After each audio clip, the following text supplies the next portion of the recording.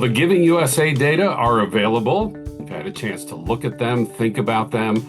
The data are speaking to us. What are the data saying?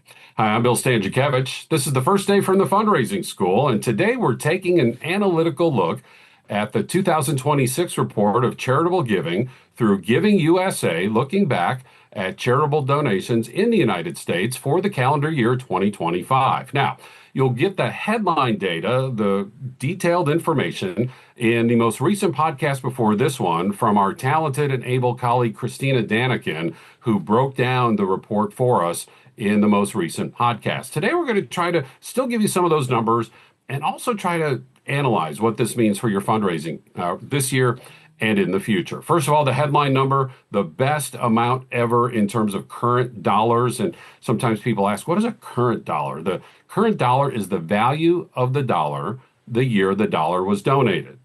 That's different from the inflation adjusted dollar, which helps us compare giving from one year to the next. In fact, the report goes over the last 40 years and adjusts for inflation to help us see a little bit more of an apples to apples comparison for the charitable giving. Now, I have to be honest with you, when I led a nonprofit for 17 years, I often looked at the inflation adjusted dollars. I was like, how much money is coming in? Is that meeting my budget?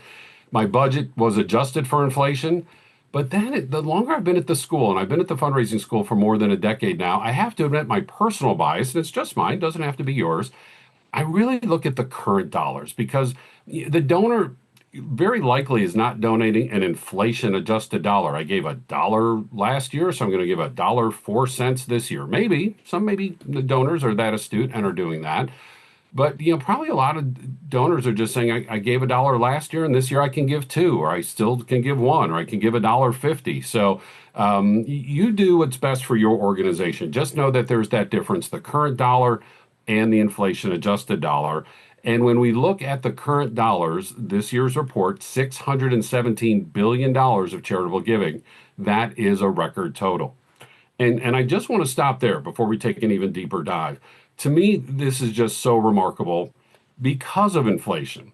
We know that earlier in this decade, we had relatively higher inflation compared to the previous 30 or 40 years. And that then really skewed what we understood about charitable giving. People will say 2021 was the best year ever. Well, yeah, inflation was double digits. And so when you adjust it for inflation, it does look like the best year ever. But when you think about current dollars, and even though inflation is down, still a challenge, we're still wrestling with inflation. Every household with their budget sitting at the kitchen table. What about my mortgage or rent? Can we make the car payment? Oh no, one of the children has a medical bill or needs the braces. Or, what about the food costs? Everything, our daily expenses. Inflation is still weighing heavily on the minds and hearts of households in the United States and candidly around the world. And yet, donors still responded with the highest amount of charitable giving in current dollars ever. So I would just say as a friend, the warnings about the death of generosity, maybe not greatly exaggerated, but perhaps misunderstood. There is a lot of generosity in this report with that top line number. Now, not surprisingly, individual donors continue to lead the way. The individual slice is 64% coming from individuals. But if you look at the giving in the foundation pie wedge, you can think about half of that as people being engaged with their personal family foundations. And so let's say that's about 9 percentage points. And then bequests are 10% of the total. We'll say more about bequests in a moment. Well, you add 64 plus 9 plus 10. That means about 83% of charitable giving is coming from individuals. And so the pleasant reminder, ideally, your fundraising starts with individuals, your board, your volunteers. Yes, if possible, your staff. If appropriate, your program participants, your former program participants, other people out in the community, and then gathering new donors through direct mail and digital methods and special events, and then of course stewarding and continuing to keep those individual donors in your portfolio. So if you have that good colleague, that good board member who says, well, just go to the foundations, just go to the corporations. Ideally, we're starting with our individual donors. And The wonderful paradox is the more we raise from individuals, we actually become more attractive to foundations and corporations because they want to see sustainability after their grant or their sponsorship ends. And one of the key arguments for sustainability is a robust number of individual donors. All right, business sector is 7% of the total. Okay. That's the second straight year the business sector has had that large of a share of charitable giving. When we look at our foundations, they are up 5.7% in current dollars. They're up 3.6% in inflation adjusted dollars. And we'll talk a little bit more about the stock market in just a moment. But, foundations primarily having their endowments invested in the stock market. The stock market's been on a relatively record run the last few years. Foundations have to donate at least 5%. 5% of a bigger number is an even bigger number. And we're seeing that in the charitable giving data this year. Overall, that $617 billion, that represents a 5.7% increase overall in charitable giving in current dollars, and even 3% higher after we adjust for inflation. So again, a lot of flashing green lights heading into 2026 from these data. All right, what about the destinations? Like, where's this money going? And Giving USA reports 9 different subsectors. 8 of them are higher. In the last couple of years, we've had some years where all 9 of them are higher. And the only one that is not higher is gifts to foundations. And so let's unpack that a little bit here. 3 of the subsectors enjoyed double-digit gains compared to the previous year. One is education. Another is environment, animals. And then the third is public society benefit. And public society benefit, what is that? That is the United Way. Those are associations. If you think about, people who gather together in a service club like Rotary or Kiwanis, maybe through faith like the Knights of Columbus or the Jewish Federation, groups like that. But here's a big chunk of public society benefit. The private sector corporations that are hosting donor advised funds, they are in this category of public society benefit. We know from our good friends at the Donor Advised Fund Research Collaborative that the United States needed about 90 years to open up the first 1 million DAFs. Took about another decade to open up the next 2 million DAFs. And so we're at about 3 million DAFs right now, with 80 to 90 billion dollars going in every year and about 50 to 60 billion dollars coming out every year. And about 3/4 of this activity is in these private sector DAFs. And so the data don't say this explicitly, but we're smart. We synthesize, we take this report, that report, we put it together and go, are the data speaking to me? And one possible hypothesis is that the relative decline in giving to foundations are families that instead are pouring money into donor advised funds. That is a possibility of what we're seeing here in the data, and a reminder to all of us as fundraisers, let's be talking to our donors about donor advised funds. The entry level is no longer required at $5 or $10 or $25 or $50,000. So many of the hosts are now saying at any dollar amount, please open up your DAF, or at a very minimal dollar amount, say $100, please open up your DAF. And so these data from Giving USA are a reminder to be looking with our donors, talking with them at the right time, in the right way. Do they have a donor advised fund? And just one other anecdote that highlights this point.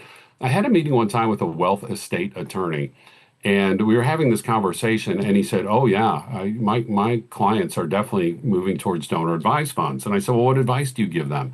And he said, I tell them they should open a foundation if they're putting in $25 million or more. If not, they should open a donor advised fund. So, literally $999 we're putting, or 24 million, $999,999 we're opening up a DAF, right? So that's, again, how widespread DAFs are becoming, and we need to be aware of that. Pay close attention to the fundraising school. We've put DAFs into so many of our courses. We're debuting a course on fundraising from DAF holders, as we want to make sure you have the tools you need to be properly communicating with your donors about this development. Okay, back to the individuals. They are up 4%. In current dollars, they're up 1.4% after adjusting for inflation. Again, to me, highly remarkable when every household is wondering, how is inflation affecting my budget? What about this international conflict? What about that federal policy? What does this all mean for me? What about food costs, medical costs, all the things?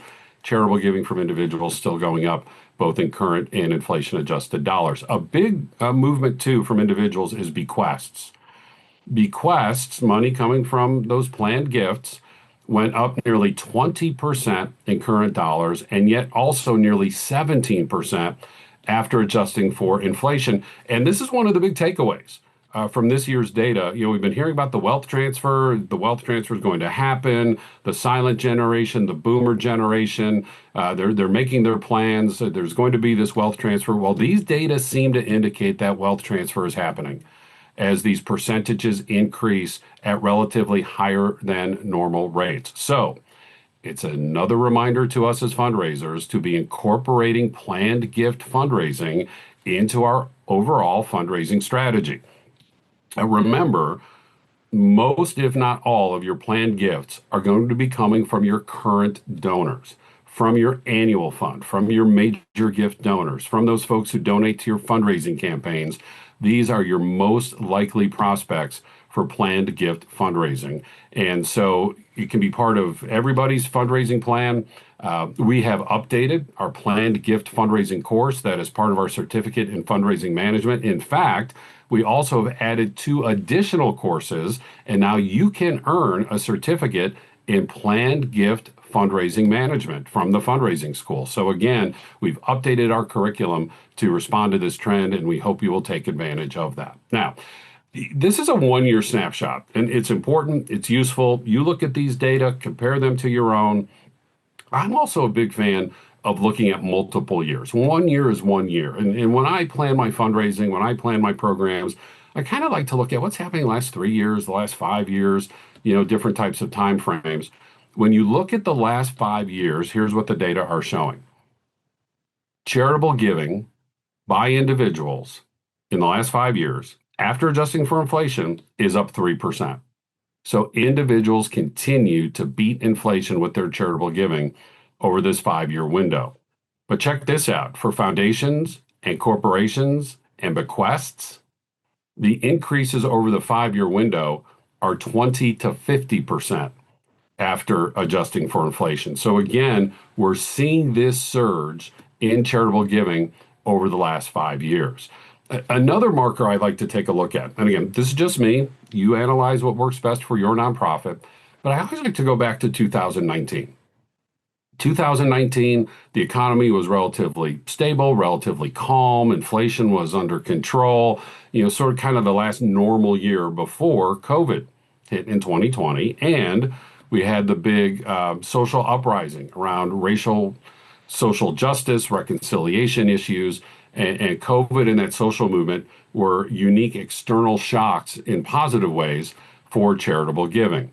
So now let's take a look back to 2019. Before those external influences, charitable giving since then as a total is up 42%. 42%. All right. Inflation over that time is now 26% higher than it was in 2019. So inflation, 26%, charitable giving, 42%. Again, we can fundraise. We need to fundraise with an abundance mentality, with a growth mindset, and these data give us the confidence to do so. All right, one more subsector to take a look at, and then one economic trend to take a look at. One subsector, religion. Religion still is the largest pie wedge in terms of the destination of the dollars. Remember, when we talk about religion, we are not talking about the faith-based school, the faith-based college or university, the faith-based homeless shelter, the faith-based youth program. Those are found in places like human services and education. Religion specifically refers to the place of religious worship, where the congregation gathers, or the denominational office, or the publishing house that puts out the denomination's information. And religion, again, define that specifically, is really flat for the last generation. I mean, a generation is 15 to 20 years. Religion is flat when we adjust for inflation. And this, again, the data don't say so specifically, but we hypothesize, we know from other research, other studies, that attendance at weekly religious worship has declined in this last generation. And that seems to at least help explain, if not fully explain, as we hypothesize here, why giving to religion is flat in these data. All right, now, when you fundraise, the most important factor always is going to be the philanthropic values and philanthropic motivations of your donors. And nothing in these data should dissuade you from that. Your case for support, your case statement, if it was strong yesterday, it's strong today. If we need to tweak it a little bit for new realities, it'll be strong tomorrow. And you're always looking for that alignment between the donor's values and the donor's motivations philanthropically and how those align with your mission, your cause, your programs, your results. Okay. But we also look at something called the wealth effect of charitable giving. And that basically says, how much money do people have? How are they feeling about their income? How are they feeling about their wealth? And a strong correlation from our school, and it's in each Giving USA report, is the S&P 500 stock market. Basically, if that stock market, S&P 500, from January 1 to December 31st goes up, the following calendar year, charitable giving almost always goes up, not by the same percentage point, but certainly in the same direction. The opposite, sadly, is also true. From January 1 to December 31st, if charitable giving goes down, or excuse me, if the S&P 500 goes down, the following calendar year, charitable giving tends to go down, almost always from one year to the next. Well, what about that stock market? Well, from 2023, 24, 25, we had 3 straight years of double-digit gains in the S&P 500 stock market. That's only happened 5 times in the last century. All right. If 2026 becomes the 4th straight year of a double-digit gain, that's only happened 3 times in the last 100 years. And if we somehow get to 5 straight years, that's only happened once ever. Meaning we've had this wonderful tidal wave from the stock market in the last 3 years. And at least from the wealth effect of giving factor, that helps explain these gains in charitable giving over the last few years, including 2025. Yes, the donors' values and motivations, but the wealth effect, the stock market has been a positive tsunami in terms of its effect on charitable giving. So we watch that, right? Again, be close to your donors. Why are they giving? Your foundations, their guidelines, your corporations, what they like to give to and why. But keep an eye on the S&P 500. And as we record this in the middle of the year, it's been an interesting year, right? There have been times when there's been a double-digit gain for the year thus far. And there were a couple of months it was like the best 2-month gain in quite a long time. And then as the summer arrived, we started to see some pullback, especially in the technology stocks, as people especially are wondering, is AI really worth this huge of an investment? Are they going to be able to, draw profits and revenue based on all the investing that's happening? So again, not predicting the stock market here. It's just something you need to be aware of as you're doing your planning for the rest of 2026 and especially into the future. These Giving USA data are available on our school's website, the Indiana University Lilly Family School of Philanthropy, in which resides the fundraising school. So here's a very easy website for you to remember. go.iu.edu/TFRS. That will take you to the fundraising school's homepage. If you look at the bar across the top, you go over a couple, 3 slots, and you'll find research. And you'll also find news.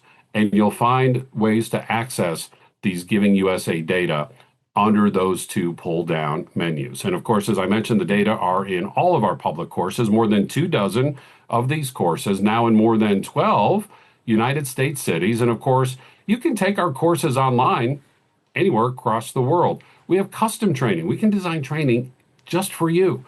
And that also includes presenting at your conferences and presenting at your AFP days as we bring our research-based, evidence-based content to your nonprofit, your association, your county, and so forth. We have quarterly webinars these weekly podcasts, and of course, our textbook, Achieving Excellence in Fundraising, and a book series out now, the first book on board engagement with fundraising. All of that available online at go.iu.edu/TFRS for the fundraising school. Remember this, fundraising, it's not easy.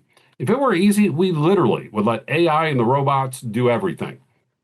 Fundraising is work, but that's why we need you. Keep in mind those people that are being served by your nonprofit, the animals, the environment, advancing the arts, health, whatever your cause is.